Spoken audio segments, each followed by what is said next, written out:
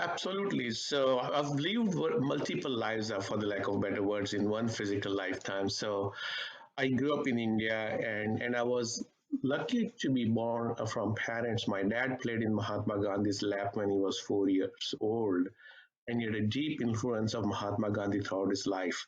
So he always nurtured me with three foundation principles. He said, number one, in your life, your motto should be help the needy, feed the hungry, and praise the creator. Everything else will be irrelevant. And I try to walk my best. I mean, I'm not a perfect human being, but in my original kind of career back in India during med school, I decided to learn about the nomadic life. I would ride motorcycle, go to different villages, meet and spend time with the people who would be spending 8 months of your life on the highway side farms because they used to live in desert with their livestock. So that probably taught me a lot about the bare necessities of life. How can we wrap everything up on the back of a camel hump and then walk around in life? Then I learned about the wildlife in our state. I became a photographer and I also became a journalist. So I became a photojournalist and took a movement to the core to preserve the wildlife in our home state, which was a home to about 140 lions back in 1984. And with our efforts combined with the World Wildlife Fund, there are now 1,000 plus lions and over 4,000 leopards in the same forest. So that was my journey as a photojournalist. And then, when I started my own practice in India, I felt inadequately trained. So I decided to go to UK, and circumstances allowed me to move to UK, whatever it was.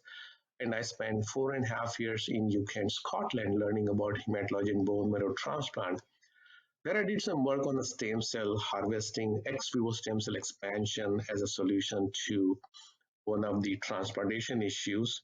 Then came to the US in 1996, and then I trained for the third time. I had one training in India, I had second residence in UK, and a third residence in the US. And people said, "Aren't you getting tired of it?" I said, "No, I learned how not to make the same mistakes over and over again."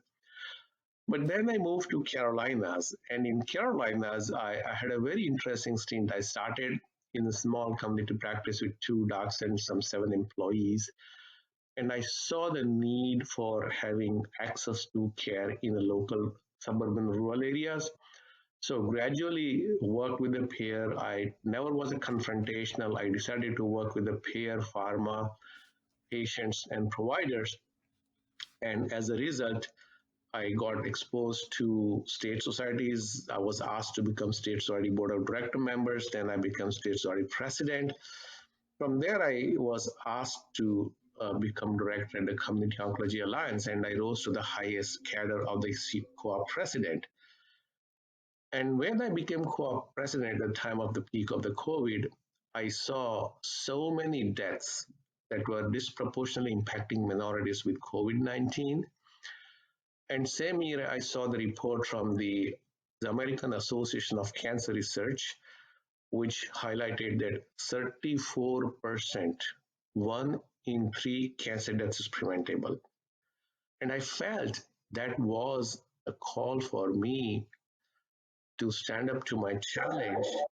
And so instead of waiting for the government to solve the problem, I started my own foundation called No One Left Alone. I put my own money. My rule is every year I add one more year. I multiply my age by 1,000 and put that money into the foundation so that people who are unfortunate, less fortunate, get some sort of help.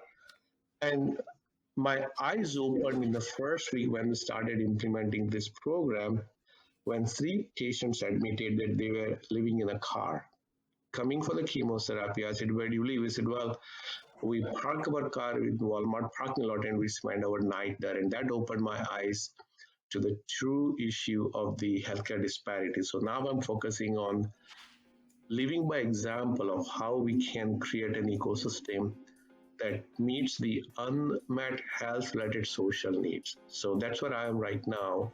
And as I said, I've written books, I've written over 200 publications in different national, international journals.